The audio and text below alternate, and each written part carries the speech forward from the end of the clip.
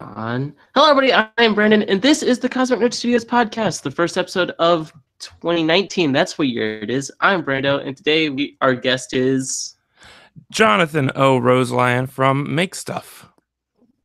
Can I just say Roseline is like the best name ever? Right? So I was always determined to take on like my wife's name if I ever got married, because like since I was a kid I was like, that's weird that the woman has to take on the dude's last name and the dude doesn't have to take on the woman's last name. It's like this weird artifact of like ownership and stuff. So I was like, I want to take on whoever I marry's last name. And I happened to marry someone named Rose, and it turned out to be this dope like medieval knight shit that I'm crazy about. Hell yeah. So yeah, I'm a Game of Thrones character now. Are you? In my head canon, I can only hope. I was supposed to say, I'm pretty sure it's like you might not survive the next few seasons if you're a Game of Thrones character. From what I understand about that show, actually, now that you mentioned it, I am nothing like a Game of Thrones character. No one stabbing the back with a sword. I've never seen Game of Thrones. I've never seen Game of Thrones. All I know is that there's a lot of nudity and death. That is Game of Thrones. All I know everything about Game of Thrones now. Throw in a couple dragons. There's apparently a little bit of incest in there, but we glossed over that because it's bordering on a lot of it. But yes. All right, let me tweet out the episode. Get it out there. I shall retweet out the episode. So my computer's been doing this nightmare thing where I have to log. I have to do like that. What do you call it? Oh, there we go. I have to do a mobile confirmation number every time I log into Twitter on my computer.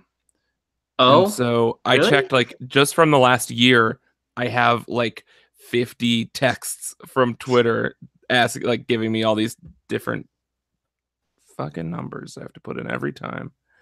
Yo, that's why I don't have the whatever it's called that makes you do that. The double factor authentication. Oh yeah. I have that turned on for my account, and then I just save it to whatever computer I'm on. It did that thing. It did that thing where it's like, oh, we're forcing you to sign up for this. You have no choice in signing up for this. It's really fun. I haven't had to do that. Yeah, I haven't had to do that yet. So how's life, man? It's pretty good.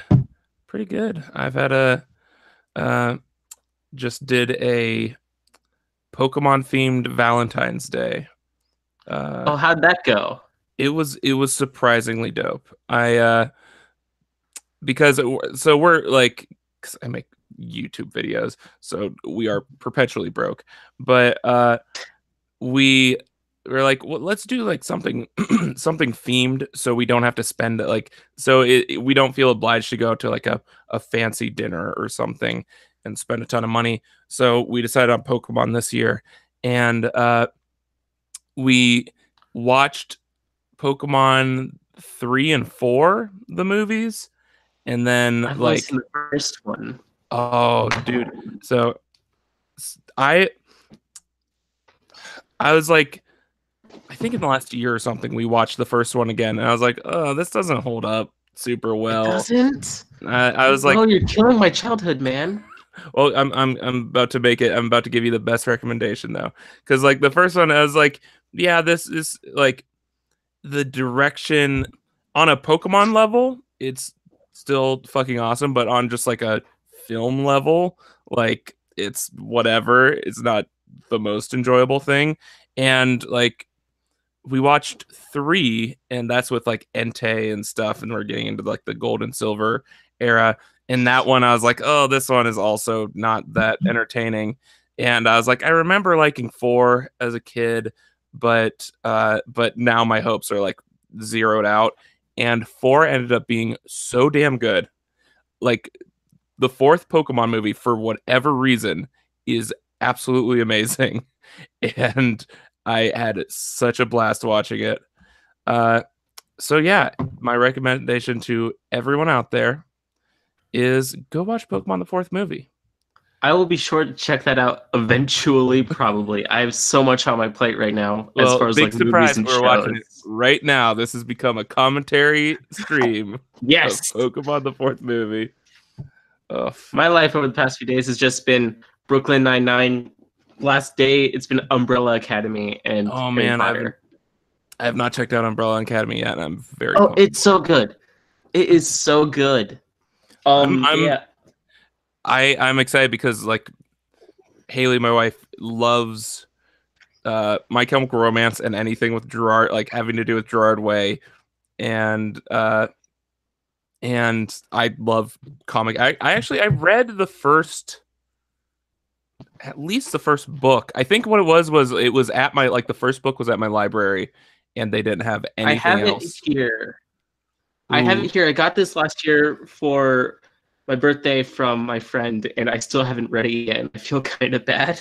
Well, now you have incentive But because apparently it's dope. oh yeah, the show is great, and I'm definitely gonna read it.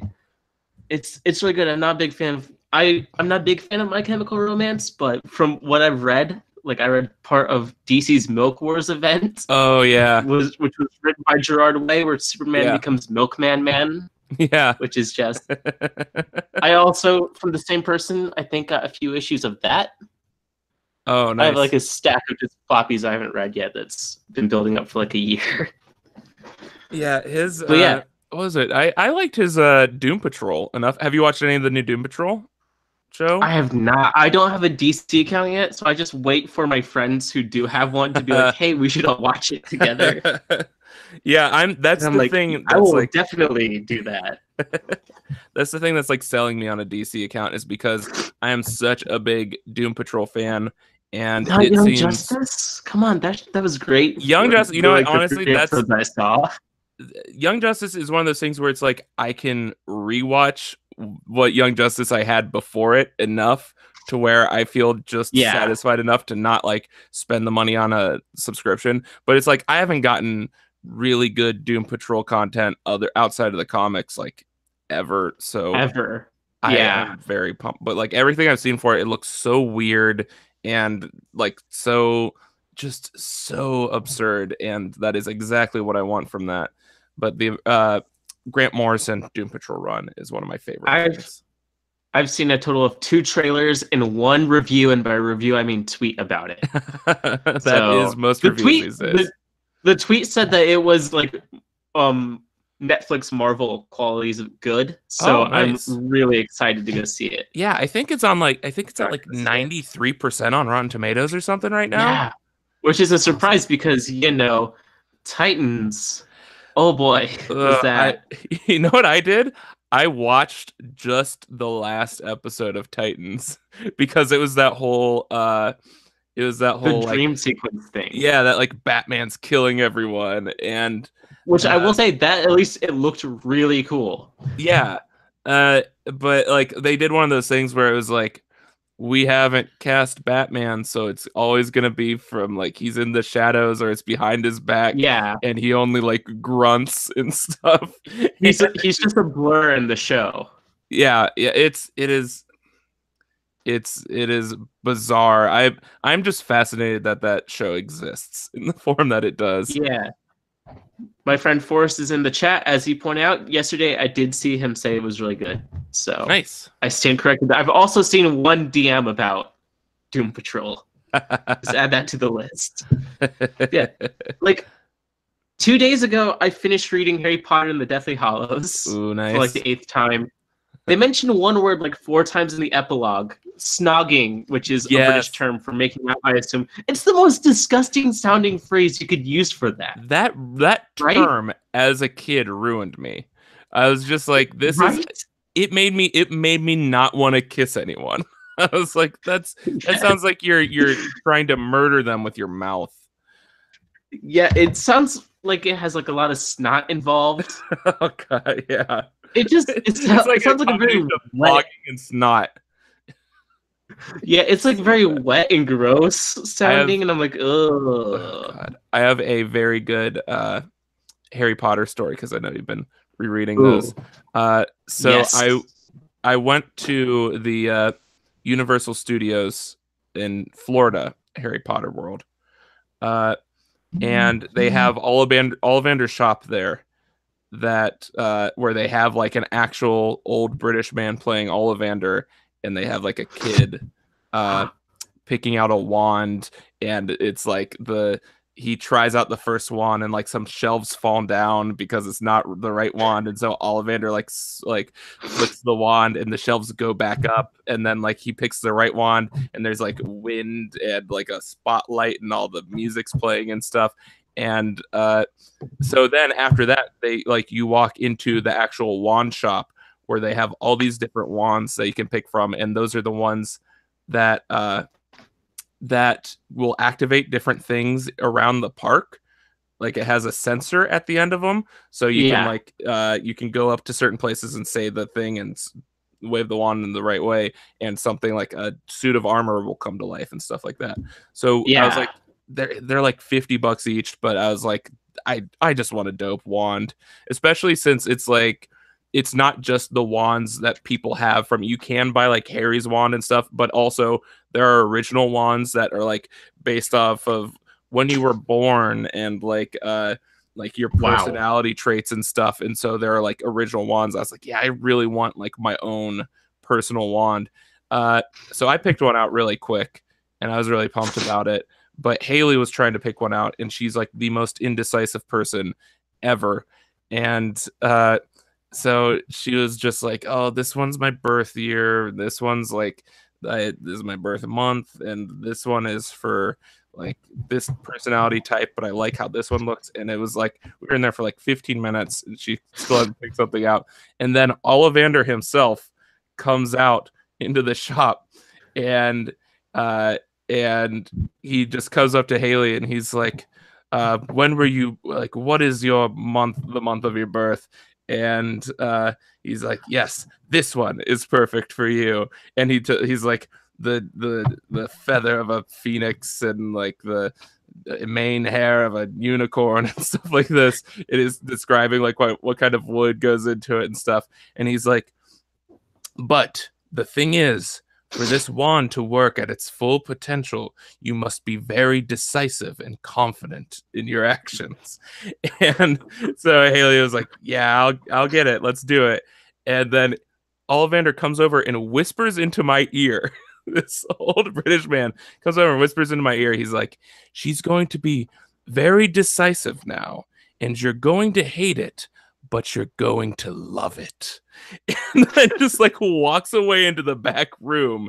And I was like, did Ollivander just like tell me some really creepy stuff about my wife? I don't know what just happened, but I loved every second of it. And it was so weird and so magical. And so I feel like my experience with getting a wand was even cooler than Harry Potter's experience, because I got to hear Ollivander whisper a creepy thing into my ear. That was amazing. Ollivander, they don't express this in the books. He's really weird. He's really into giving couples advice. Ollivander is really horny. That's the one thing that sounds like a post. Like a retcon that J.K. Rowling would come up with on her Twitter feed is, Ollivander's really horny. I'm assuming you saw about the whole wizards don't need toilets thing, yes. Right? I wish I didn't. It's weird because they're like, and later on they try to be like, no, they meant like for a while they didn't need bathrooms, and then they got them anyway. It's like, why would they need bathrooms if they didn't need them anyway? Yeah, it's like, oh, that thing that you're totally comfortable with apparently already doing, let's make it harder for you to like, let's make it so you have to go to a specific room and sit down and like do all this shit that you don't know how to do. And then we have to build a sewer system. And just all this, like, why would they not just keep doing it? And also, I hate that they did it ever. It's like what if humanity decided randomly, let's just get rid of cars? It's like that's like the type of shift that is. It's like a huge shift. I want to know what. I kind of want to know what the culture was like around that time. That caused them like, these toilet things. Kind of the weird like smear campaigns, the poop smear campaigns. Oh no! You don't want to associate smearing with feces and urine. It really is. It's just like, well, we came out with segways, so we don't need cars anymore. These are the things we use now. Segways would be better though. Segways would be better. Until you have to go to like California, and then it's like, shit. I have to visit it's like, does my friend live more than a half a mile away from me? Well, I better bring up 10 backup batteries for my Segway. It's like, also, I think one of my favorite things is I saw a post on Tumblr where it's like, imagine you're in potions taking a test and the person next to you just takes the worst shit humanly possible and just magics it away with some random spell. I hate it. It's like, I really wish J.K. Rowling would let somebody else do something with the franchise. Yeah, I want more stories in that world, but not what J.K. Rowling's trying to serve us. I was thinking about, like, did you see the footage for that? The Harry Potter game? The Harry Potter game, yeah. The leak that was like a few months ago. I think everyone was expecting. Yeah, people were expecting it to be announced when Fantastic Beasts 2 came out, and then there was just nothing, and I genuinely forgot about it because I was like, okay, I can forget about this because it's going to be announced here. Oh, wait. Right. Yeah, no, it's weird that we haven't heard anything else about it, but the thing that excited me about that is the idea of being able to use different spells in different, like, creative ways that, like... Yeah.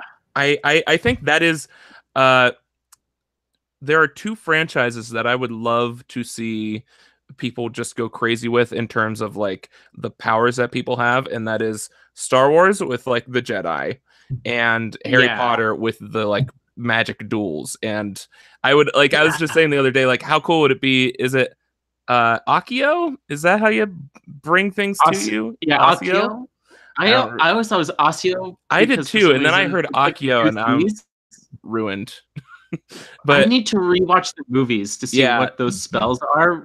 But also, they do tend to be like, and they don't need to say them anymore. Yeah. But I would love to see someone like Accio, like another person at them, and then, like, do some kind of flying. Harry does it to Hagrid, actually, in the final battle. In the first battle at the beginning of the book. Oh, cool. I don't know if I'm still holding this. Yeah, when Hagrid falls off the motorbike, he pulls him up. Oh, cool. Yeah, like, just stuff like that where it's just like, I feel like if you got like the John Wick directors or the, like, Russo brothers or something to do a Harry Potter battle and, like, have them do all these crazy different, like, spells in the most creative ways possible, because that's the one thing that, like, always sort of bummed me out about the movies is a wand battle is always real like difference between those and just blasters, to be honest. It's just like jets of light shooting at each other, and there's nothing. Sure, it looks pretty, but there's nothing really creative. Yeah, it's just like, I'm gonna stand here, down a wall. Yeah,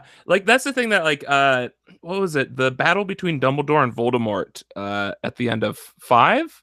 Was it the Order of the Phoenix? Where, my favorite book. Yeah, that's the one where they started to get into, like, the water and fire and stuff like that, and that got pretty dope. Because he's like summoning statues and, like, bringing them to life. Yeah, and stuff like that's the kind of stuff that I want to see for, like, every battle, opposed to, like, I'll stand here, you stand there, I'm gonna shoot my jet of light at your jet of light, and whichever jet of light goes to the other end first wins. Yeah, it's weird because in, like, the second book, when they set up dueling for, like, the first time, and like, Snape starts shooting, like, snakes out of his wand. It's like, that's cool. And then they just sort of abandoned that for, like, a really pretty light show. But I mean, it's like, you could do so much more. Like, you could be, like, pulling walls down. You could be, like, using the environment like they do in the books. Exactly. Yeah. And that is my absolute dream for like, just get a really good action film director to do a Harry Potter film and just go all out with that stuff. It would be so satisfying. I want to see more of the world. I have very little interest in what J.K. Rowling is trying to put out. And I'm like, it'd be great if this was operated more like DC Comics, where it's like, and you could just give people access to that franchise, but, like, and you can write this really cool comic and these cool stories that aren't directly tied to, like, the Harry Potter story, but still happen in that world. Like, I think you could do a really cool, like, spy story Ooh, yeah, like with yeah. the Ministry of Magic and stuff like that, or like a noir film, Yeah, or but like a with like horror film magic. or something like that. Like so many genres Yes. would work so well with that. Uh, Yeah, like they just I don't take it, and that's the thing. I think that J.K. Rowling has done a really like her being very protective of the series was very good at first when they first started like pitching films and amusement parks and stuff. I just saw a what was it? Yesterworld is this YouTube channel that does videos on like uh on amusement parks and stuff, and they talked about how Disney was trying to do a Harry Potter park, uh, and then like they were trying to do stuff that was like, oh, it's a sorting hat ride, like the teacups, and we'll what? call it the Dumbo door. And it's like all this bad stuff. So it's like, yeah, thank you for shutting all that stuff down. But now that people are like, now that the diehard fans have become adults and actually understand how the world works and stuff like that, Yeah. then I think those people need to take the reins. Yeah, it's yeah, and it is like a definitely it is her baby, it's her franchise. To get why she'd be very protective of it, but at this Hmm. point, I don't really think she has many ideas, and it seems like the Crimes of Yeah. Grindelwald thing is it's weird because first off, that could have easily just been two franchises. Like the Dumbledore story could have been something, and I also just want Right. to see Newt dick around and play Uh-huh. with animals. Yeah. And for some reason, they didn't do that. They're like, we're gonna mush them together. But it Yeah. also does seem it seems very much like a cash grab Yeah. to me. Yeah. It's like Definitely. they look good, and I'm gonna watch them anyway. But they're very obviously like, oh hey, the people who are like teenagers nowadays grew up with the movies, and the Hmm. people who are adults nowadays grew up with the books. Yeah. So we can get on the nostalgia of two different trains here. Yeah.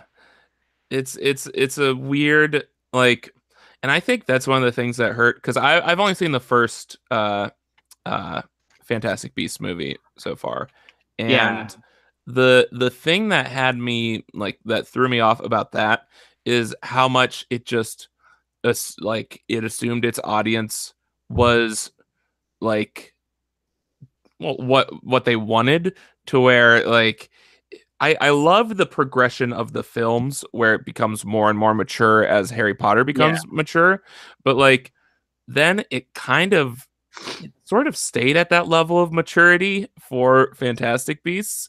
Uh, but we're seeing it through the eyes of this guy who's supposed to be like this, oh, he's a quirky, like starry-eyed guy who just wants to save animals, and yeah. it's still very much it gets very dark, and also it assumed that like everyone watching is hyper aware of Harry Potter and needs to know nothing about it, to where like it loses a lot of that magic of entering the world of Harry Potter again, which is what I really Yeah. wanted from that movie. Like I love the first movie where it's like we first go into Diagon Alley and stuff like that, where it's It's just all like, bright and wonderful, and the yeah, music literally soars, and it's yes. great. And then in Fantastic Beasts, it's like, oh well, here's a magic place. And it's a business. It's like it's an office building. It's the And most boring office building you could yeah, possibly imagine. But hey, there's people who are occasionally bringing papers to them with their wands. So that's yeah, and then it's cool. like and then there's no like like think of like the first time Harry holds a wand in like that amazing moment, and then Yeah, opposed to like, oh, here's Newton his wand and he just has all this magic stuff that we're not going to explain because you've read Harry Potter and you know it. But there's no attempt to create that like, oh, we're going into this magical new world thing. It's just like, here's more Harry Potter for you. That's it. yeah. Also, it is like this weird thing where the movies for Fantastic Beasts are canon to both the books and the movies when they Hmm. don't necessarily line up completely, and they use the sets from the movies, which don't necessarily line up with the way the books have Yeah. everything laid out.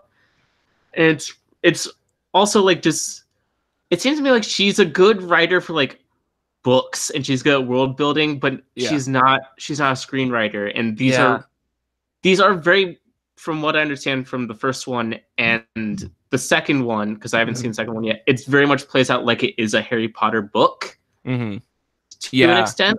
like from what I understand, the last 15 minutes of Crimes of Grindelwald is just let's see how many things we can reveal, which works when you have 800 pages to put Yeah. in just a ton of reveals towards the latter end of the thing, but you can't Mhm. do that in a movie without making it Yeah. like 8 hours long. Yeah, that's the thing is like uh, definitely with that first movie it is very much the structure of like all of the Harry Potter books with that like it's mostly a mystery above anything else and stuff like that. Yeah, Harry Potter stories are mysteries disguised as fantasy books is Yeah, the way I heard it. exactly. But And so yeah, to apply that like where all of the excitement where the focus of the movie comes from like, oh, here's this big reveal. Like again, that works great for a book because what is entertaining in a book is totally different from what's entertaining in in a movie a visual because medium. yeah. Because it's like if you're describing an action scene in a book, it's not going to play as well as you're describing or as seeing an action scene. But Yeah. if you're a lot of the time, if you're reading a book and you're spending that much time reading that book, like I would, a lot of the reveals in Harry Potter, uh, like came after you were reading that thing for 12 hours or whatever as a kid and like really knew these characters and then that reveal You're hits you so already hard. extremely invested. If Yeah, you get and to the then end of a Harry Potter book, you're invested because you've spent, as you said, the last several hours with these characters, with this story. yeah, and then but then it's like with Fantastic Beasts, it's like, oh, Colin Farrell is a different person and it's He's like secretly Johnny Depp. yeah, and then it's like, oh, that kind of bums me out if anything. But then the reveal is still cool, but it is not anywhere near as effective or engaging or going to a movie theater worthy as like reading a book or Yeah, I kind of wish she fancy had books. I kind of wish she made this like a separate book series and Yeah, then had them adapted to film, like either as they're being released or after, yeah, because then you could do what you do with the movies, where you can take the stuff that does work for film and yeah, use that. yeah, definitely. Because the movies do cut out a lot of stuff, and the books are better because you get all the stuff that you want to include, and you get that book format that she's clearly used to writing for. Hmm. Yeah, it's a whole. And you know what they did kind of give the series off to other people slightly with the what was it, the stage play I The think Cursed was Child. Ugh. yeah that was written by other people and some weird crazy stuff came out of that but Yeah, and that's an example of when J.K. Rowling should have been very protective of her franchise, because yeah that breaks canon. that's the It thing breaks it. that's the thing is like then they get into all this time travel stuff and Like like ruins everything but like I get so annoyed with that because I see these tiny little things that I love as ideas sprinkled into all of this like oh we're really screwing with the whole timeline. the best moment of the book for me is when Snape learns that Harry's son was named after him. Hmm. I'm like, that's like the only moment where I was like, oh, that's really cool. uh I love the fact that the trolley lady on the Hogwarts It's like Express this is weird. apparently a monster woman like a immortal protector. Yes. Um, It's I so bizarre. I I was livid at the end when literally the ending is, and Harry and his son bond while watching Voldemort kill his parents. Who decided that was an okay thing to write? It's like that's one of the moments where it's like, hey, Rowling, you should have been a tad bit more protective, Hmm. because the basis of this book doesn't make sense when you take into context that, according to your own words, time is like a loop. So if you go back in time, you did something, you were always there. You can't make another timeline. You were Hmm. always there twice. Yeah, Uh, it's I just it's want like a good Harry Potter comic adaptation. that'd be dope. I would be totally Apparently down for that. she's personally said that that's probably not going to happen. She's like, people have like gone to her, like artists and writers, like, hey, we'd Mhm. love to do like a comic book that takes place in Harry Potter, and she's like, no. I don't know why, and it makes me sad. There are some people that are so like pretentious about comics. Give me my Jim Lee drawn Order of the Phoenix book. Yeah, that would I be want it. I need it. Though I guess those illustrated editions that they're releasing Yeah. nowadays is really cool, but they're also so expensive. Yeah, that's the thing. Like I got my sister the first one, and it was like $40 for that thing, and Christ. it's like, yeah, I would absolutely buy. At least with the comic, there's going to be some changes, and you're getting something new out of it, and you're getting different pacing and Yeah. stuff. But it's still This is the where you same just book, copy but with paste and adding in some yeah, admittedly gorgeous artwork. yeah. But it at the end of the day, it's really just like it's an art book. Yeah, and it's coming out 'Cause once a year, so I yeah, guess it does make sense that it would be expensive because he literally is like taking a year dedicated just to drawing out various scenes from this one book series. yeah. But it is so expensive, and they have like the first two in my comic book shop, and every time I walk past it, I can practically feel my wallet crying. Like tears are she was like, I want it, but I can't have it. Oh, so much cool, expensive stuff. Speaking of Yeah, art if books, though, Spider-Man, the Spider-Man, topic of this the podcast. the fucking impossible to get art book that I tried so hard. So the Into the Spider-Verse art book uh is I went out literally. I saw the movie the day it came out, and then went to Barnes and Noble to get the art book, and they were already sold out. And I looked up online every bookshop within like a 20-mile radius of me. They were sold out. I went on Amazon, and it was like, oh yeah, we can get this to you in March. And just everywhere is immediately sold out of this, and it is so frustrating. I have no idea why they made so few of them, because clearly this is one of the most gorgeous films ever made, and they're like, oh, no one wants an art book of this, the best art in a film ever. Yeah, it's so expensive. I glanced at it on like Amazon. I was like, "You're not going to get this anytime soon." I'm like, "Okay, never mind." This is why I don't do art books.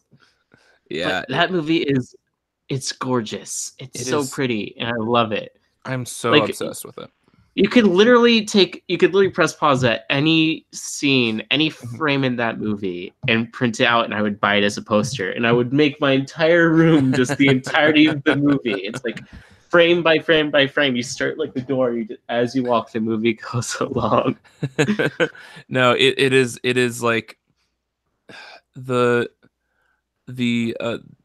it's honestly, it's one of those movies where I just stop and think, like, are animated films the best like way to make a movie?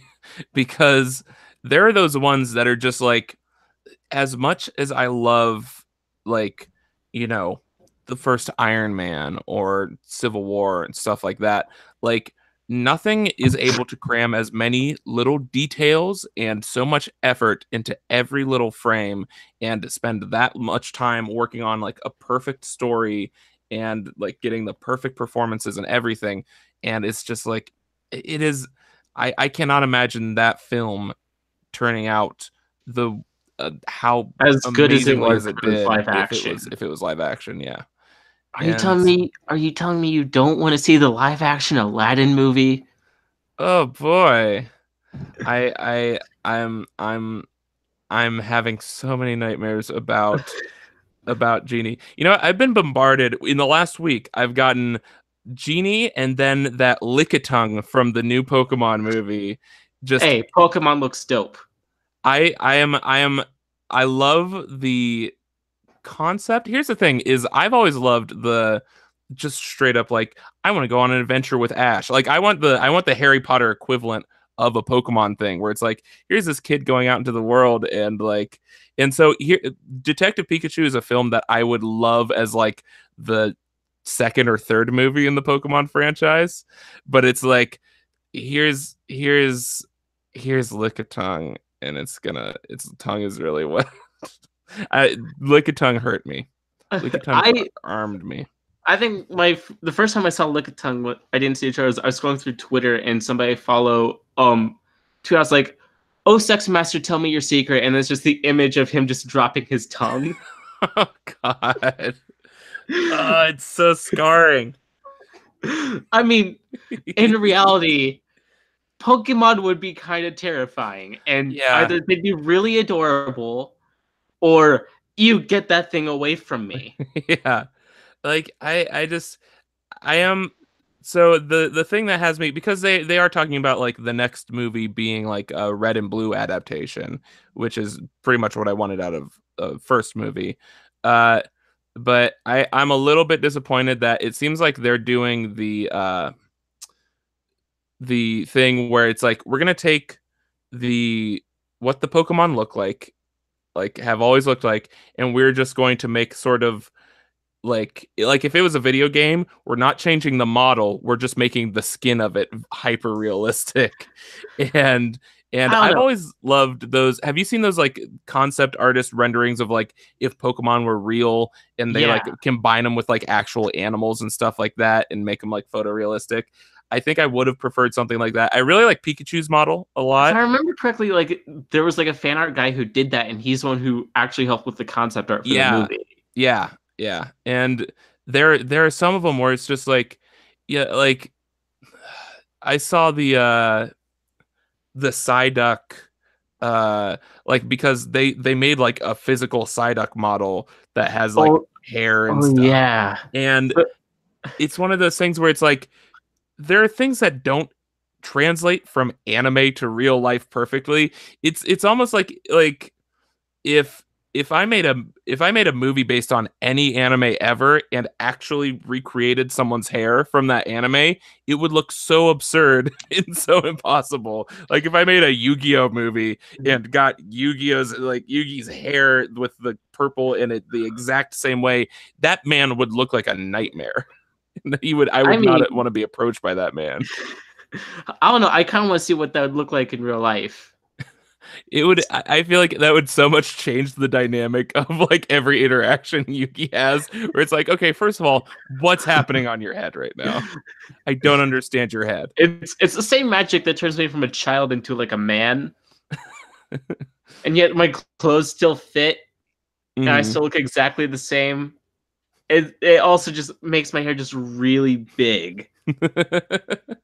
Oh, Jump Force! Oh, I that's a forgot. thing. Yeah, that is a thing. I'm assuming that's in reference to Yuki's hair. Seeing what it would look like with. Well, I mean, everybody else in that game is also an anime character with like impossibly stylized hair. Yeah, that was one thing that like it was so weird to see them stumble over with that Dragon Ball movie that came out like 10 years ago or I never whatever. saw it. Oh, I don't. avoided that thing like the plague. Don't see that movie. I think honestly, I feel like we got the two extremes this week where it's like Lickitung is a good example of like here's how terrifying something is if you make it exactly what it looks like, and then Genie is like here's the terrifying example of if we turned it into a human, and I don't want to look at any of those. I don't know. I'm so excited for Pokemon. I have a friend who I am going to find a way to drag them out to go see it because their instant response was, "It looks horrible," and I think it looks great. I am so excited for it. Her response was the eyes look terrible. Like the eyes look like unnervingly dead. And I'm like, well, it's an Mm. animated thing. What do you expect? It Yeah. looks perfect. There's a lot of it. My first response was like because I try to be as positive about stuff as possible. Pokemon's one of those things that I've always been obsessed with, and like it's where I had a very specific vision in my head for years. I was like, man, how do they make a live action Pokemon movie? And so in my head, I was like, oh yeah, it would be so cool to do this and this, and or like you could turn the whole first episode into an entire film and stuff like that. But and then when this came out, it was just so insanely different from anything I could have possibly imagined. I was like, all right, I guess that's one way to do it. But I'm more pumped for them doing like a straight up like we're going on an adventure Pokemon movie, which it kind of looks like the back half of this movie is going to be, because you see Yeah. like they're in a forest and stuff, and so I'm very excited for that. But Well, you have to keep in mind this isn't just a straight up Pokemon adaptation. This is an adaptation of Detective yeah, Pikachu, it is. I which think is about a crime-solving Pikachu. yeah, which and honestly, that is like that's the thing that just has me most disappointed is just like if they had with the Harry Potter series, if before doing any Harry Potter movies, if the first thing they did was like Beetle the Bard or something, where it's just Tales like, of but I Beetle want the Harry Bard. Potter. It Let's is. just where's that movie at? Oh, Actually, oh, don't worry, they're turning into a 6-film franchise in no time. there's not even 6 books in that one book. I'm not gonna lie, when they did in the movie, when they did like that animation scene for the Tales of the Three Brothers, I'd love a movie entirely in that weird 2D, That or was like a so game cool. in that animation, like a Yeah. game or a movie just in that like sort of blackish Mhm. 2D. It looks really cool. I That's one thing that's been mind-boggling to about the Fantastic Beasts things is the fact that they got the same director that did the last 4 Harry Potter films that were fantastic. And like and I really do feel like the Fantastic Beasts I is not as good as any of the other ones he did. so last 4 films would be Phoenix, Half Blood Prince, and Two Deathly Hollows, right? Yeah. Yeah. I feel the first two I listed are crap. I'm not a big fan of the film adaptation for Order of the Phoenix because they cut out just both Hmm. Half Blood Prince cuts out pretty much the entirety of that book and just leaves like a lot of the kid Yeah. drama instead of focusing on the fact that that book was meant to be exposition vomit about who Voldemort was, and then Right. they were like, we're gonna leave in just the tiniest bit that we can keep. We're gonna Yeah. throw away as much as we can get away with and just keep the teen drama stuff. I'm Yeah. like, you left important stuff and Yeah. kept in stuff I don't care about. That's like the thing I love about those films is exclusively how pretty they are. Oh yeah, they're gorgeous They films. are they are absolutely stunning to look at. That was honestly like growing up with those films, that was one of the first films where I was like, "Oh, this is what an actual like this is what a film looks like." Like Yeah, this is like especially growing up in that era of blockbusters where that was around the time of like, Transformers and like the first Iron Man movie that don't look especially good, but the whole that's they're not trying to look especially good.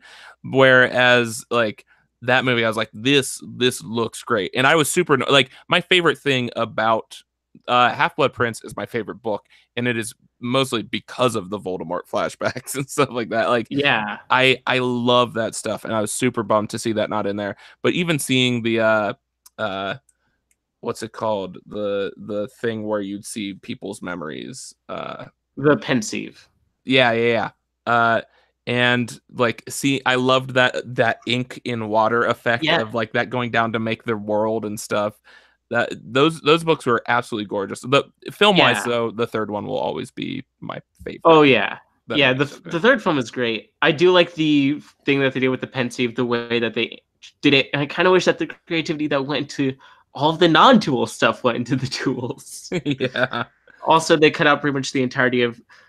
I feel that movie would have been better if they cut out the entirety of the Cho Chang relationship, but they kept it Mhm. in for like one scene for no reason. Yeah, they really rewatching because I rewatched them all like a couple years ago or something, and going back to I remember when I first watched Half Blood Prince, I was like, "Oh yeah, this movie is gorgeous," and that was the thing I took away from the first time. But going back to it and under like knowing it was gorgeous and actually focusing on the story, I was like, wow, they really picked all the boring parts of this book to put Yeah, into this movie, which I think it's largely like again, it's a matter of like the stuff that is interesting in book form is how isn't. connected you are to these characters and all the backstory and everything. And very little of what happens in that book translates well onto the screen. Oh yeah, that's But easily the least adaptable book that you could do. yeah, Like it'd work maybe if you yeah, had like if it was a TV show that was more like a drama instead of like a people come here yeah, and they expect like pretty visuals and action. If it was just like you're here because you like the characters, like if it was yeah. more of a It- drama series, then it would have so worked. yeah, I feel like that's why the film is so pretty is because it's like, well, we have to make up for the lack of like movie plot Yeah, in this book. it's like this is the best. This is like one of the biggest film franchises ever, and one of the biggest book franchises ever. But we can't really do a lot of the stuff, so let's just throw Yeah. money at the VFX team and see what they can come up Yeah. with.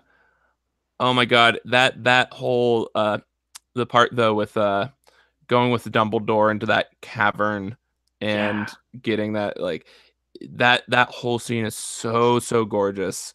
And yeah, it definitely I think it picks up a lot in the end, but the bulk of the film is like we're in a secret room and I'm teaching you how to do things that you've already seen throughout the series, but I'm yeah. just teaching it to other people. It's just it gets really boring. At some point, I'm planning on locking myself away for a weekend, just binge watching the movies because I haven't seen Mhm. them in so long. Yeah. But all I remember is like I will admit I did watch Order of the Phoenix before I read the book, which Hmm. probably ties into why I like Cho Chang as a character a lot because I had a huge crush on the actress. All right. But then it's like, oh, they cut out everything. I genuinely don't understand why they picked that to keep for literally one scene that adds nothing to the movie. If anything, it's like so we get one scene to establish Harry has a girlfriend and then nothing else Well, for the entirety of the yeah, franchise. I feel like a lot of that movie was like, okay, we don't want to cut out anything completely. Like, we don't want to cut out all of the Voldemort stuff. We don't want to cut out all of the Cho stuff, like, because the fans will be outraged. And so it's like, okay, we're just gonna put in one scene of everything that happens and not have that because again, what's so great about the book is like there's that like there's the continuing saga of Harry reading like the notes of the Half-Blood Prince and stuff like Yeah. that, and that's does not translate much into the movie, and the continuing saga of traveling into Voldemort's memories and his whole relationship with Cho and all that stuff that works so well in book form, but in movie form it's just like, well, these are pretty repetitive, and so we're gonna throw one of everything in there and hopefully Yeah. it's decent. And Yeah. Harry was really incompetent in Order of the Phoenix, at least romance wise. yeah, He books of he didn't get that much snogging done. oh god. He like he's gonna hang out with his other female friend immediately after his date and didn't expect that to blow up in his face. That It's like, monster. come on, man. Spider-Man though. Yeah, hey, yeah, That's that's that thing we're talking about. I do want to that's say really quick though, snogging is the word form of lick a tongue and genie. They all give me the exact same chill down my spine that I I think despise. that I'm pretty sure that's why we left Great Britain is because the word snogging just started it just grossed us out so much we just left because of that one word. If you I think look really closely at the Declaration of Independence, they erased this line where it's just like we can't say snogging anymore, guys. We just can't. we should bring that word back. Just make it like very commonplace in America. It's like everyone in America stop saying make out, say snogging from now on. Let's I'm snog. fleeing to Canada now. Yes, Spider-Man. Spider-Man wanted to get snogged in that movie and he didn't because of puberty. Yeah, he tried. Good effort. It failed.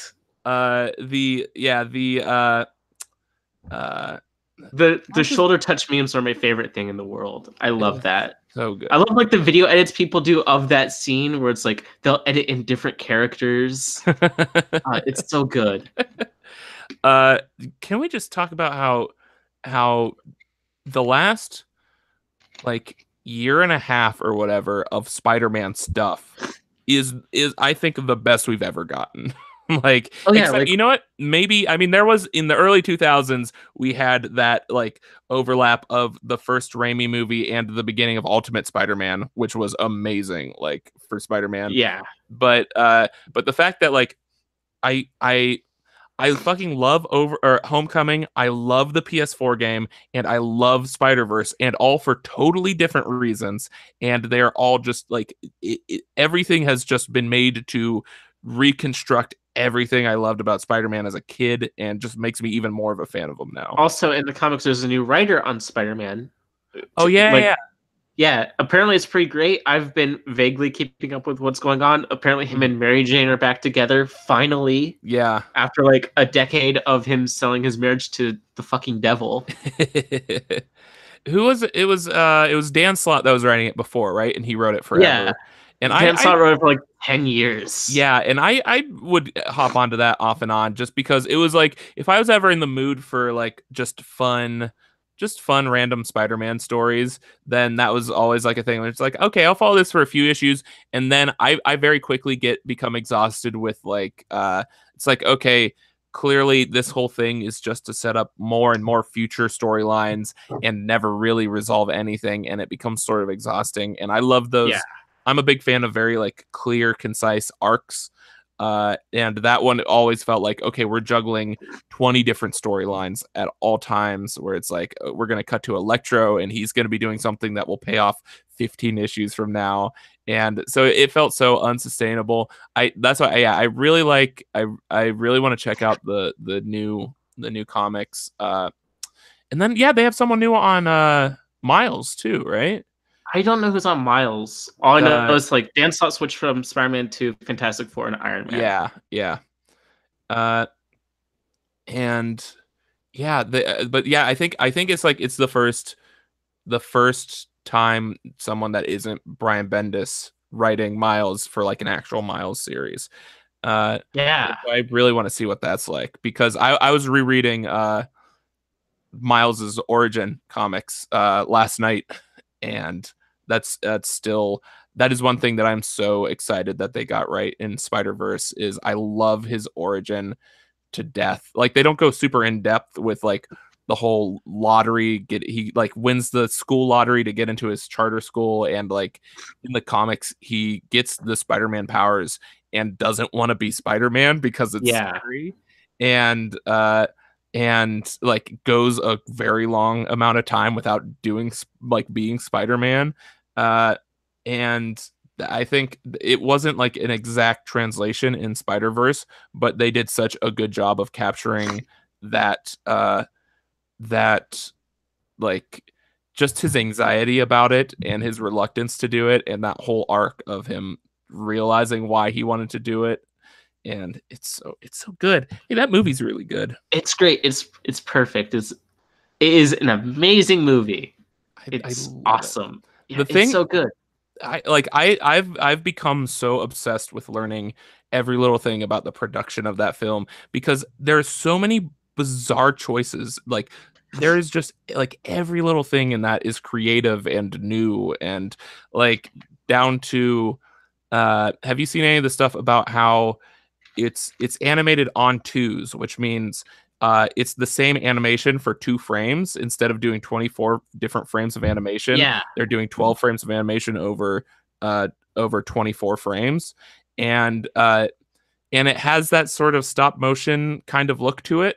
But what it allows them to do is it like your brain can sort of understand what's happening on the screen much faster since it has more time to catch up with each frame.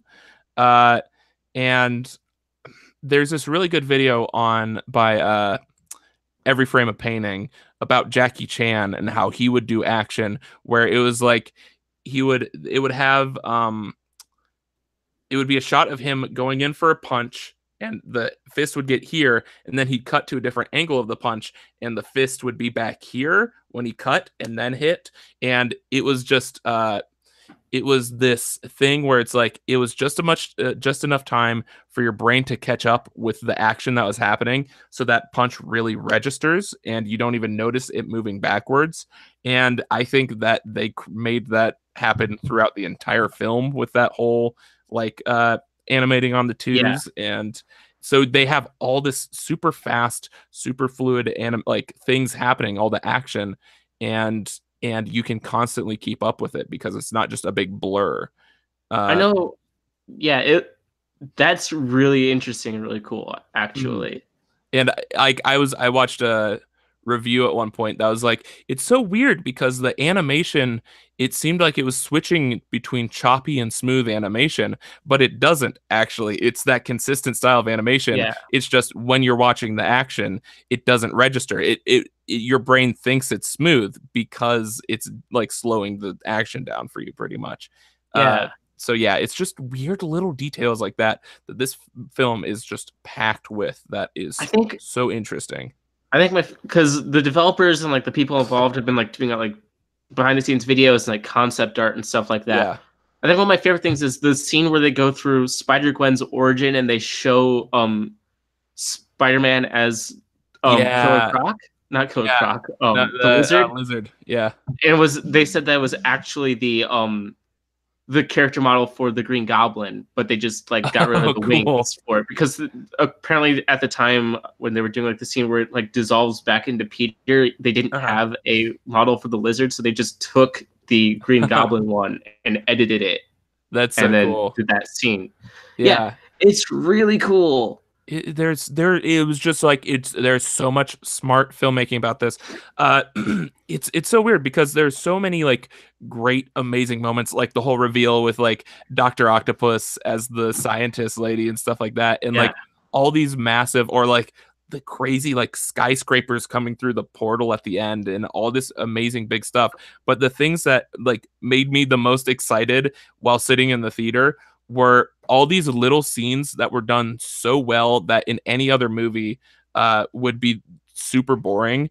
Uh, like, think of how many times in a film you've seen the exact moment where it's like someone, the main character, sitting in a classroom at their desk and they're distracted or they're upset and they're looking at something, and and then the audio comes in of the teacher calling their name, and it's like, oh yeah, I wasn't listening. Like that exact moment I've seen in 100 films over and over again. And it's always to like, show that someone's distracted or stressed and stuff like that. But in this film, it's like, instead of doing that obvious thing, what they do instead is this high-paced montage of him running from class to class, and it'll have one or two lines from the teachers, but it'll zero in on one word from that the teacher's saying, like pressure and responsibility and stuff like that, where it's like it makes you feel that anxiety and that pressure that he's feeling without the like in the least obvious way possible, in this totally original way. And the same with like the scene where he gets bit by the spider, where it's like every other Spider-Man movie, it's like, oh, the slow creep down the web to his hand, and then like, oh, it's climbing up his arm, and then the zoom in of him biting, and then it's like, oh god, I got bit by a spider, what's going on?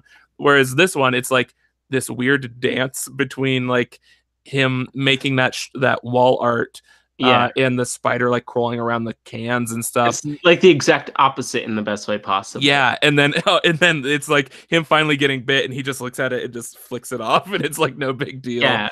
And yeah, it's just like every time they had the chance to do something new, they did it.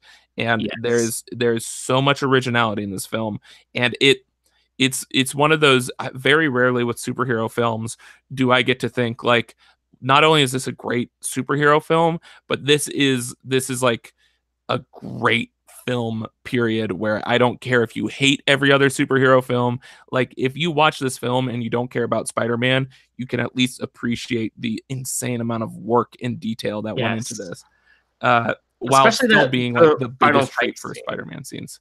The final fight scene with the portal and like all the buildings coming through and Yes. like the city's change. Oh, it's really just like the animators showing off in the best way possible. It's like, look at what we can do. It's like, Yes. oh, Which you're again like makes God me feel like, man. it makes me feel like, yeah, animation is just no live action film could pull that off to the extent of like, we're gonna have Doc Ock hit by a flying bus while there's like this whole flower of skyscrapers, and like we're fighting on a train that's flying through space and stuff like that. Yeah.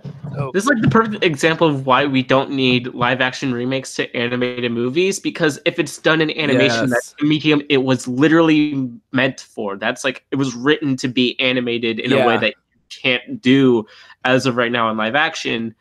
And therefore you shouldn't try to recreate it because animation is like its own thing that you can't really do a one-to-one copy of without losing what makes it special.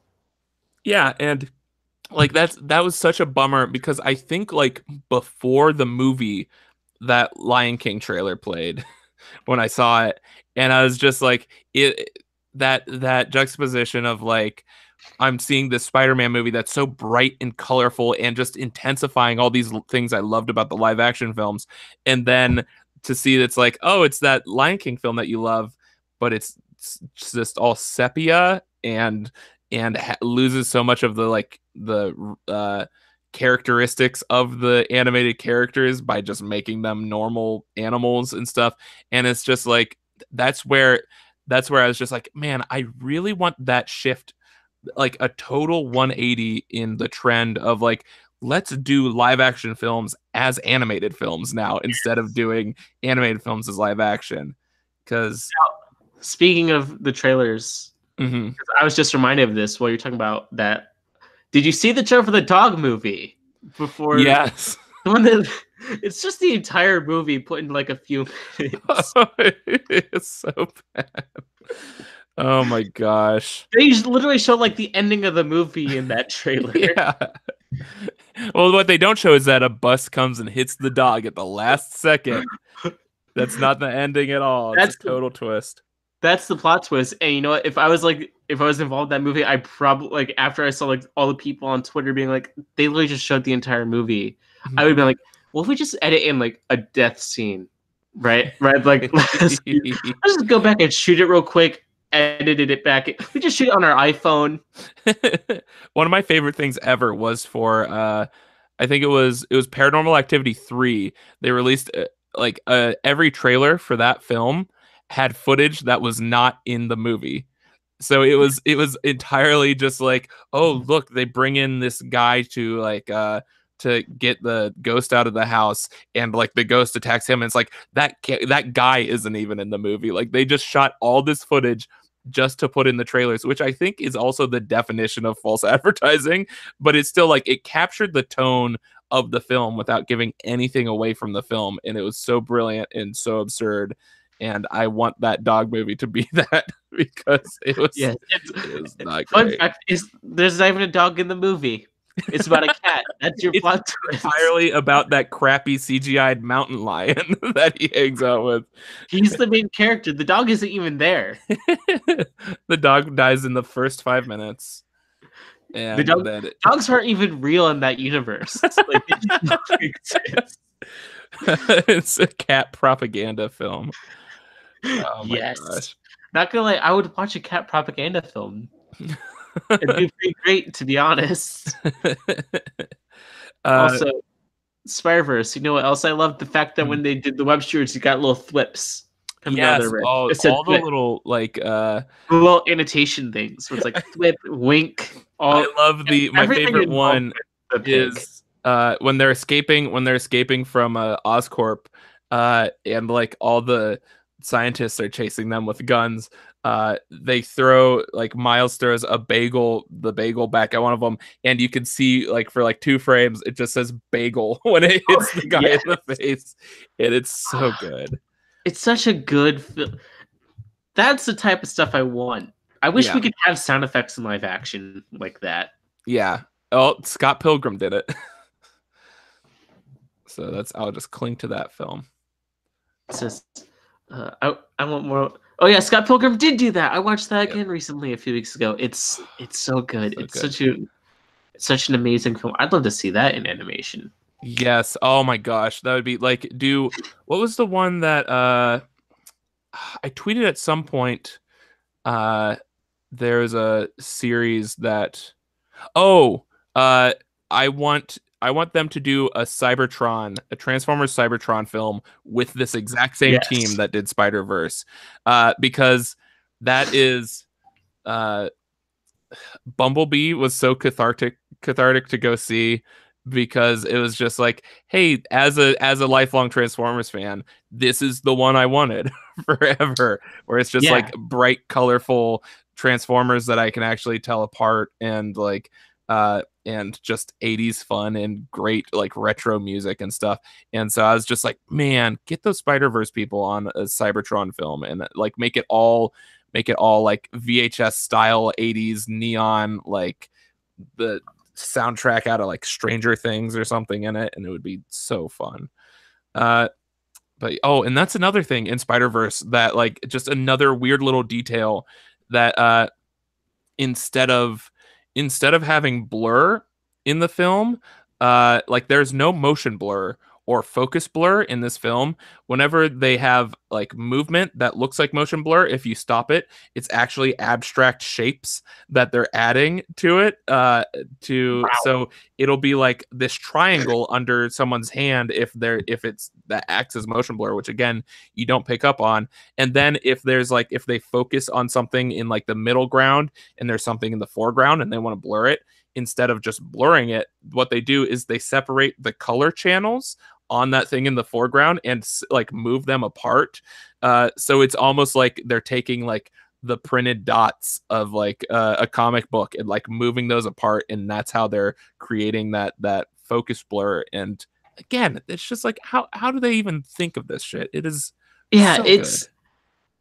The animators behind this movie and like a lot of movies just like geniuses. Yeah. It's like if you like put me in front of like After Effects or whatever it is, or whatever animation studio you'd want to use, I'd be just so lost. Yeah, it's like, and that's the thing with animation, a major part of it is like getting it done quickly enough to where like you're doing like you're not necessarily experimenting a ton, where it's like where there's these specific roles of like the squeeze and pull or whatever, the different animation techniques that people have been using for years and years. And the fact that they were just like, let's change all of those and let's just try something totally different and really just make this thing a comic book that moves is so fucking cool. It's a really good movie. I love it. It's 10 out of 10. No, you know what? 69 out of 10. Yeah. 420 out of 69. We did it. It's the only measurement now. that should be the only measurement. That should be it. I'm assuming like after like once all the people our kids now grew up, everything's gonna be measured by 69 and 420. Oh yeah. But yeah, Spider-Verse is great. Aquaman was also really good. I still haven't seen Aquaman. What? It's been a month. What is wrong with you? No, it's been more than a month. It's been like a month and a half. Well, you know what? I keep going to see Spider-Man. So how am I supposed to see other movies? I saw that movie 69 times in theaters, you know. I did it 420, so I got you beat. I feel like somebody did go see it 69 times. I wouldn't be surprised, at least. I remember Dan Slott, like every 2 days. Yeah, every 2 days he's like, all right, I'm going to see Spider-Verse again. Yeah, every time I'd log onto Twitter, it's literally just, here's my thoughts about Spider-Man again. Also, I'm excited for the sequel because I think they said they might be putting Hobie Brown, also as Spider-Punk, into the movie. Oh my god, that would be the best. You know what? There's a concept for him that never made it past concept art for the first movie, and they're like, maybe for the sequel. I mean, I was so satisfied with that post-credits thing with 2099. Was so it was perfect. But yeah, the what was it? If they want to replicate that whole there being multiple Spider-Man thing, I would love to see their take on the Clone Saga and see them make that good. I think my friend Ricky a while ago, I had him on a podcast. He saw this. He was also like, I want them to do a Clone Saga movie. I was like, have you read the Clone Saga? I want them to do it because I've read the Clone Saga. I was like, this is a nightmare. This is a fever dream. I want them to make it, redeem it finally. Over the past few days, I went back through some of that and some of the behind the scenes stuff for that podcast project that you know about. Yeah. Because I was like, I'm gonna just dedicate a whole episode to the Clone Saga, and oh my god, this was just like the biggest train wreck in like comic books, especially like behind the scenes stuff. It's like just I don't on for so many years. I don't know how every writer didn't just quit. I would have quit because like there were like people in like higher ups were like, you can't end this story yet. It's like, but we have the ending. Like, you can't do it. Like, Oh, I'm so no, excited. then.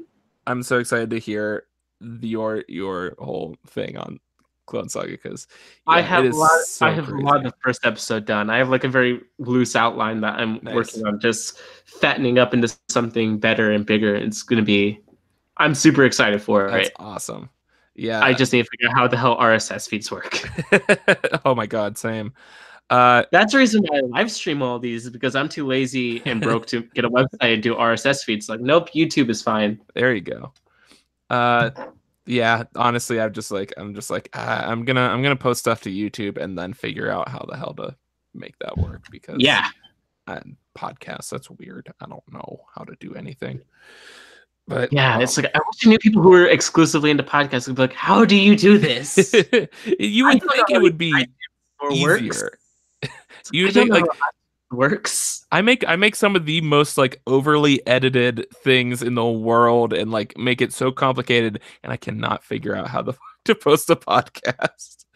Right? Give me one tutorial on that. What's the YouTube for podcasts where you can just click upload?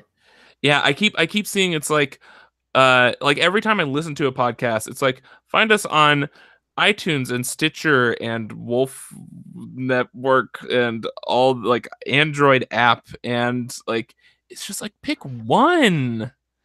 I Yeah, don't post all my videos to Vimeo and Facebook and like all this. It's just like here's and the one Twitch. place that everyone watches this shit. Don't forget Twitch. You can post them to Twitch now.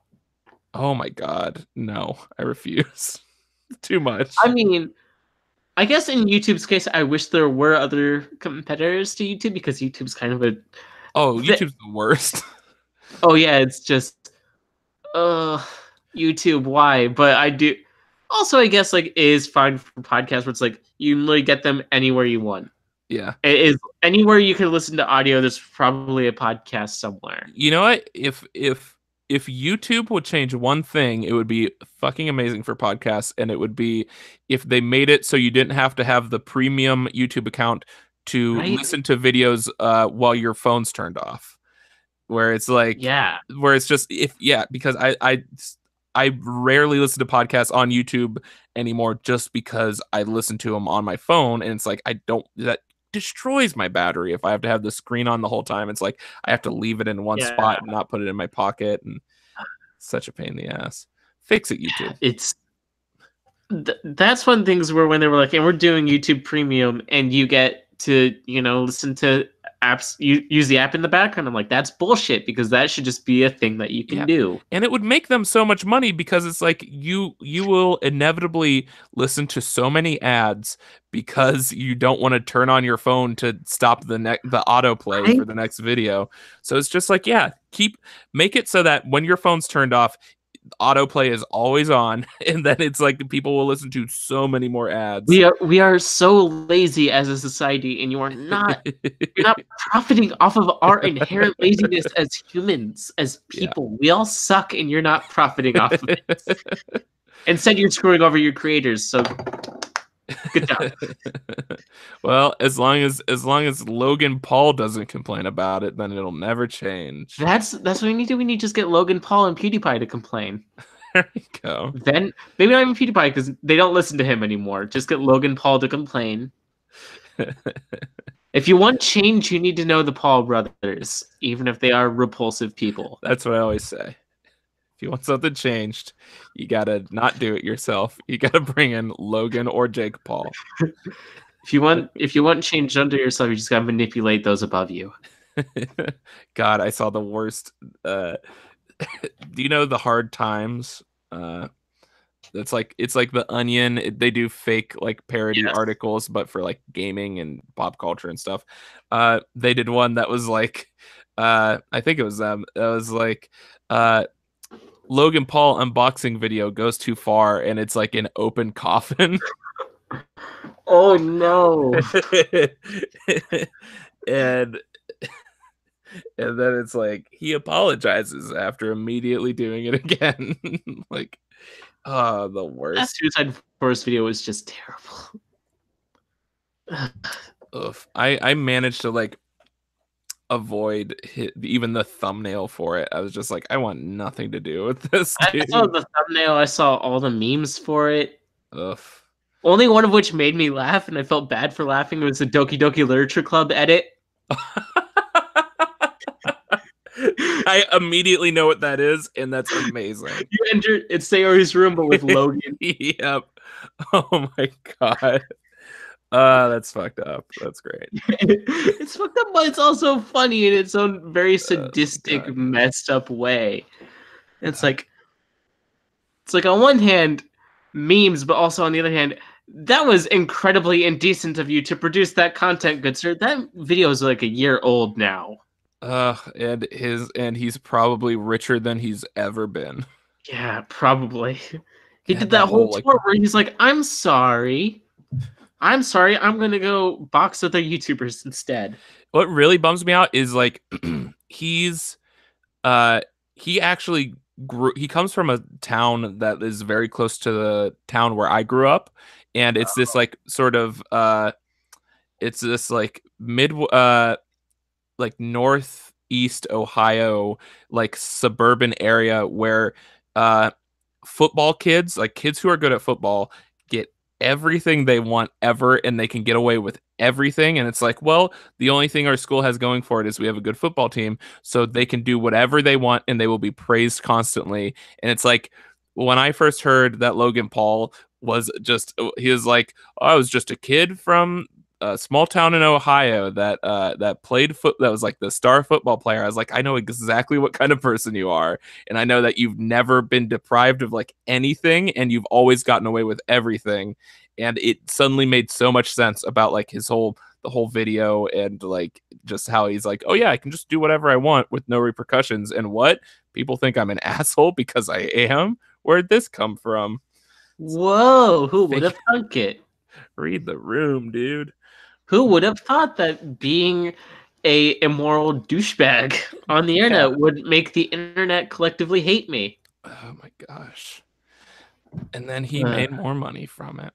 Oh well. And also, in response, also helps lose all the other YouTubers' money because of the Adpocalypse 2.0 that assumed right after everybody was like, oh my god, popular YouTubers are showing corpses in their videos. We can't advertise on this. I find it funny that fucking Pornhub has no issue getting ads, but YouTube does. YouTube is owned by Google. Yeah, well, that was luckily that was when I was still waiting like 6 months to get monetized, so I wasn't hurt too bad by it because they were already robbing me of all my money. Yeah, it's weird to me that, quick tangent about YouTube, it's weird to me that, YouTube, it's like, your video is not suitable for children, so we can't run ads on it when you go to Pornhub, and it's literally just nothing but ads. Yeah, it's literally just put in, like, there is that thing that's like, if you're logged into an account where you say your age is over 18 or whatever, then you can watch anything. So just have that like disclaimer at the beginning and then show an ad and show it to have advertisers that specifically want older viewers to watch their thing. Because it's not like advertisers want to show ads for whatever R-rated film is coming out to like 10-year-olds anyways. They want to reach that target demographic. So yeah, Trojan condoms would be great for those. Exactly. Have you seen the ads for Trojan condoms? The newer ones, yeah. They had like a jingle, like a song that was yeah. I listened to it like on loop for at least 10 minutes. It was way too good for a condoms ad. Yeah, and again, those are the ads they're putting on like every video, where it's just like, we can have whatever ads we want on that kids might see. But that's the ad that you get on like your family-friendly Minecraft YouTube channel. I remember, oh my god, the guy who plays Roblox. Did you see that bullshit? Because I know you're like me with like hating jump scares and horror movies and stuff like that. And like, did you see that the one ad they had for The Nun when it was coming out? That was like just a jump scare. Like Yeah. it was like a black screen and then like the nun's face, and it Yeah. was just like a 5-second ad they'd show before videos, or it's just like I'm trying to watch my damn Let's Play, and like they just have a nun scaring the shit out of me. Ugh. Give me different types of horror trailers, gang. Jump scares are cheap. It's cheap. It's just like it's like especially when you're like just I need to be prepared for horror.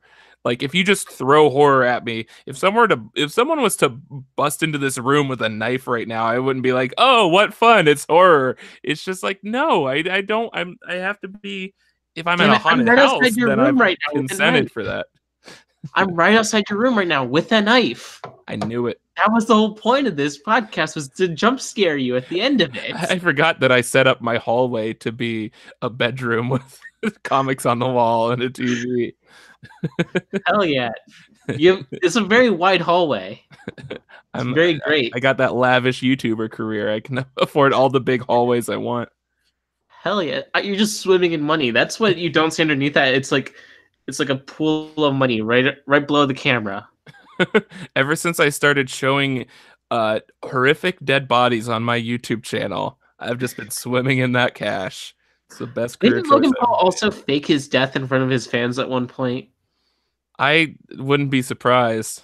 He did. He like had this thing where he like had a meetup and he went to like a building in front of it and like had like fake blood all over like the window and made it look like he died. It's just, what is wrong with you, man? There's like one scene of like a kid who was like watching, like so excited. It's like, oh my god. He's literally like programming children to be awful when they grow up. Right? It's like kids are gonna like grow up and they're gonna be like, well, Logan did it. It's like, this is, people are like, YouTubers shouldn't be role models. Like, well, when you're talking about like him, yes, I agree. Yeah. When you point out Logan and Paul, I wish YouTube wasn't a website that existed. Yeah, that's honestly like that's why I've like one big thing with my videos is I'm always like, don't show any corpses. don't show any corpses. Rule and but just don't be like for the most part. And Nazi uniform. How do people, I like how it's like this, that should be just a joke. Where it's just like, oh yeah, don't show a corpse, and don't say that word, and don't wear a Nazi uniform. And it's just like, oh yeah, that's absurd. Why would I do any of that? And it's like, don't no, get that's people to say subscribe to Keemstar after saying death to all Jews. Oh my god. Wait, no, he had totally Jesus fine. say subscribe to Keemstar, I think. I don't remember all the stuff PewDiePie did. It's too much. But that's the thing that's always been like in my videos, or it's just like, hope if anything, I want people to be slightly better than they are. I just want any sort of like, that was a big thing with the Star Wars video, obviously, where it's just like, hey, be a good person, maybe try being a good person. Be a not dick. Yeah. Yeah, that should be the new Make Stuff logo. The catchphrase. Get it on t-shirts. I'm gonna get a t-shirt of be a not dick. Be whatever the opposite of a dick is, please. And it's like, but I am what I eat, though. Oh, God. You do you, man. I don't. It's like I guarantee that would be a response you would get. It's like, okay, you can be a dick. That is, I'm so angry. I've literally never heard the comeback to if someone calls someone else a pussy. If the ultimate comeback is, well, I am what I eat. And I did that once. That was my response once, and my friend's response was, that'd make you an ass. I'm like, God damn it. There's a whole tennis match of body part names that you can play there. That's just that would make you a hair.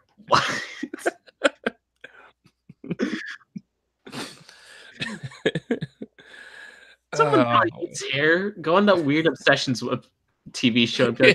Oh my god. I eat specifically arm and pubic hair. Those shows broke me. I had an ex-girlfriend that would watch us constantly. I was just like, we need to. You need to do this away from me. But do you not want to hear about the people who just do really weird stuff?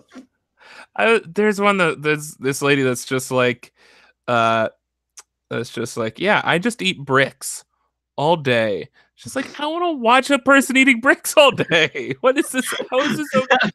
How do you eat a brick? You know what? That's my, it was very slowly is the answer to that. Can you explain the process to me? Because I feel if I just went like outside and like took a brick and tried to bite into it, I'd lose all my teeth. It's literally just like chipping away at the brick and eating what you chip away is what this woman was doing. It is nonsense. So this is my recommendation to all of your viewers is, for the love of God, watch Spider-Verse instead of watching someone eat a brick. Eat bricks though. Eat the bricks. Unlike the weird addiction show and like stuff like that, I don't understand how you find out you have like that. That's my question about kinks, is how the hell do you find out you're into that stuff? When like, someone is like, what are you doing? Oh, when you find out oh yeah, no, that is a good question of just like, why did she eat a brick in the first place? And then it was like, oh, why is this lady eating couch cushions? It's like there's so many times in my life where it's like, oh, I didn't think I liked onions, and then I had cooked onions, and now I like onions. It's like, oh, I didn't think I liked spiders, but then I ate a spider for some reason, and now I love it. That is my biggest fear, is like if someone dares me to eat something weird and then I love it, and it's just like taunting me for the rest of my life. No thanks. So you're telling me I should not dare you to eat bat dick? Well, I'm a recovering bat dick addict right now, so I just imagine like my mind went to a weirder place than somebody eating a bat dick. I went like someone like a big like black dick and using like a syringe. I don't even know what the fuck that image got into my head, because that makes way less. I do like the idea of strange addiction where it's just like, oh yeah, I'm a brick addict and just injecting bricks into my veins. Just smashes a dick into his own dick. I mean, a brick into his arm. It's like my arm's broken. But it feels so good.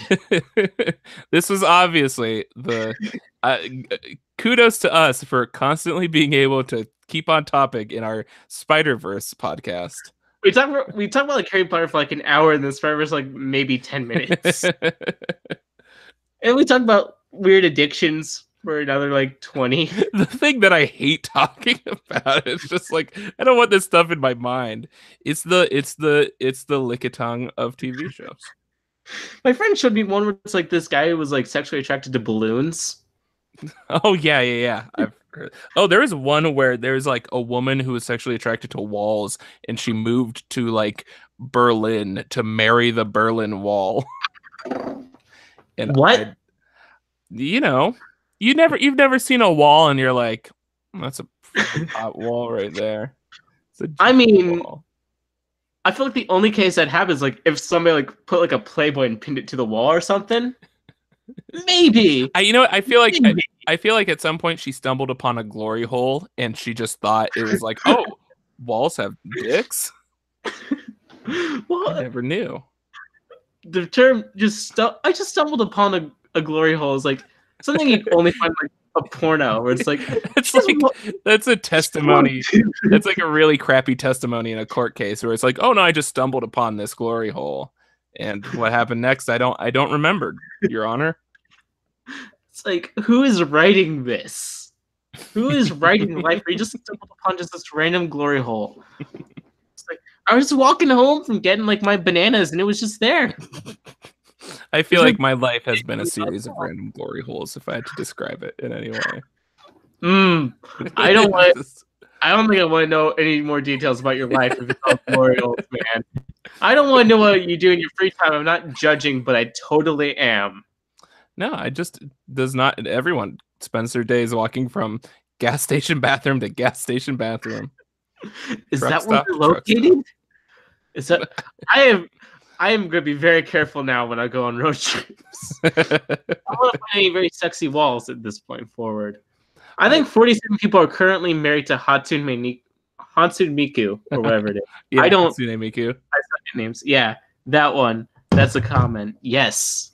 I feel I was about to say I feel that's one thing because it's a fictional character. I don't want to set that precedent. I'm not gonna marry Batwoman anytime soon. I met Batgirl. Oh, Whatever. well, that's good because you haven't met my wife yet. She's a body pillow. I forgot to mention that. Speaking of which, I just realized I have to take my body pillow wife to a doctor's appointment. I was about to ask. I was like, I just had to make sure. It's like, are we like? I'm only an hour ahead of your time zone, right? Yeah, no, we spent way too much time about brick eating. One thing I learned from this is we should do a Harry Potter podcast because we could really talk about that for hours. Yeah, I would be very down for that. I will DM you after I probably finish Umbrella Academy about that idea. All right. Yes. Where do you want to be found on the internet? Where do you want people to stalk you? Well, I am at Brick Eater on Twitter, and I'm at Glory Hole Finder on Instagram. If you can't, just check your local glory hole. I'll be there. Say my name 3 times. I'll appear. I'm at Johnathan Oscar on Twitter. I really John. do a video of someone finding a glory hole and then just saying your name like 3 times. It's the worst. It's the worst version of Bloody Mary. I'm promising you right now, in like 10 years, I'll find one. I'll just send you just a video, and you'll have no idea what it's about.